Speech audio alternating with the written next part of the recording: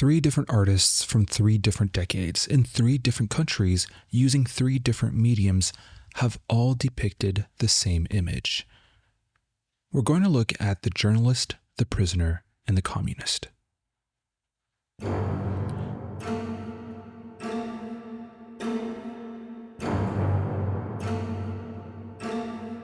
To today's standards, Gustave Doré would be considered a photojournalist, though he engraved rather than taking pictures.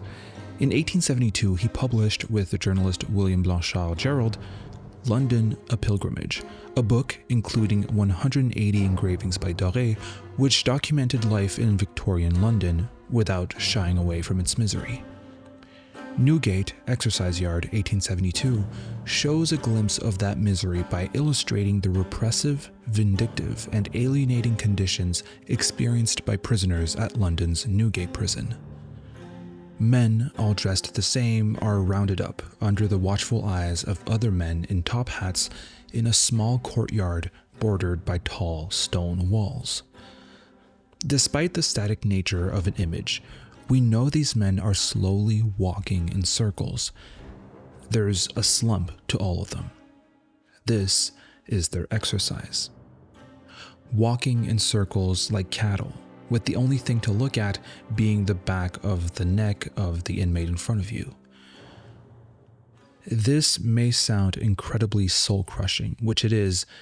However, things get worse when you realize that this is these inmates' outings.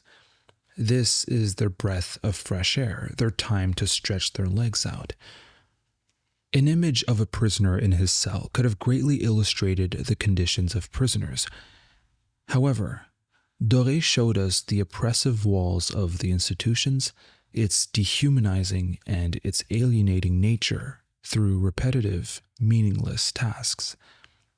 It's an incredibly poignant image, one that inspired The Prisoner. 18 years after the original engraving, an artist detained in Saint-Rémy's St. Paul Asylum painted this artwork. It's a copy. There are some changes here and there, such as the amount of guards watching the prisoners, but from the windows to the wall, and even to the 2 small butterflies flying, this is a copy. Vincent van Gogh was detained for a year between 1889 and 1890. A couple of months after making this artwork, Van Gogh shot himself. Convicts walking in a circle surrounded by high prison walls, a canvas inspired by Doré of a terrifying ferocity and which is also symbolic of his end. Wasn't life like that for him, a high prison like this with such high walls, so high? And these people walking endlessly round this pit, weren't they the poor artists, the poor damned souls walking past under the whip of destiny?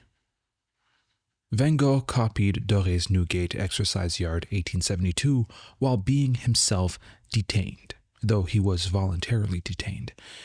It's a beautiful copy as, of course, Van Gogh gave it his style, but also added colors which, instead of bringing life to the scene, mutes it. It would be hard not to see this painting as a reflection of Van Gogh's experience as a detainee at the St. Paul Asylum. In my latest video on Erwin Blumenfeld's anti-fascist art, I mentioned George Grosz and his 1919 series Gott mit uns, or God with Us. This series of 9 prints is an overt criticism of the German military and nationalism, especially in its repression of the working class. God with Us was one of the military's slogans, Grosz poking fun here at the idea that God would be on the side of the oppressor. It's an important series for the Dada movement, which Grosz was an integral part of, as it was featured in the first International Dada Fair, which took place between June 30th and August 25th, 1920. About 2 weeks after the end of the exhibition on September 9th, 2 cops took his portfolio. Then, on October 15th, they confiscated 9 more drawings, and finally, on April 20th, 1921, George Grosz was put on trial and was found guilty for defamation of the German military. Kurt Tucholsky famously wrote of this series, If drawings could kill, the Prussian military would certainly be dead. In this litigious series, there is the drawing titled Liberté, Égalité, Fraternité, Licht und Luft dem Proletariat, the workman's holiday. The 9 prints in this series have titles in French, German, and English, not only to appeal to an international audience, but also to provoke German nationalists who would have wanted the work to be monolingual. What's most interesting is that these titles are not translations, they're different titles in different languages. In this series, you can also find Écraser la famine, Die Kommunisten fallen und die Devisen steigen. Blood is the best sauce, which show the German military repressing or even killing working class protesters above 2 celebrating bourgeois feasting. The German titled The Communists Fall and the Exchange Rates Rise isn't a random title. In her 1915 anti-war pamphlet written from prison, Rosa Luxemburg wrote, "Capitalism has revealed its true features. It betrays to the world that it has lost its historical justification, that its continued existence can no longer be reconciled with the progress of mankind. Deutschland, Deutschland, über alles. Long live democracy. Long live the Tsar and Slavdom. 10,000 blankets guaranteed in perfect condition. 100,000 kilos of bacon coffee substitutes. Immediate delivery. Dividends rise and proletarians fall." Even though there's only half a century separating Doré and Grosz's works, it keeps making me think of an anarchist concept which still makes me optimistic. Optimism is very precious nowadays. It's the idea that no matter the form which authority takes, either through a boss, a policeman, a soldier, a prison guard, a parliament, a throne, segregation, capitalism, slavery, you name it, there will always be resistance to it. As long as there is injustice and oppression, there will always be people ready to fight it.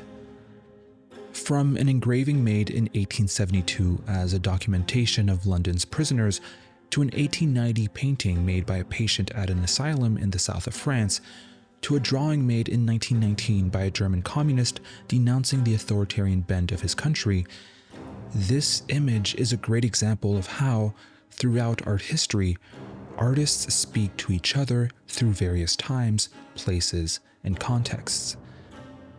And in this case, they're speaking to each other through the ideas of freedom, empathy, and anti-authoritarianism, ideas which they put in direct opposition to powerful men and the institutions used to defend and justify their power.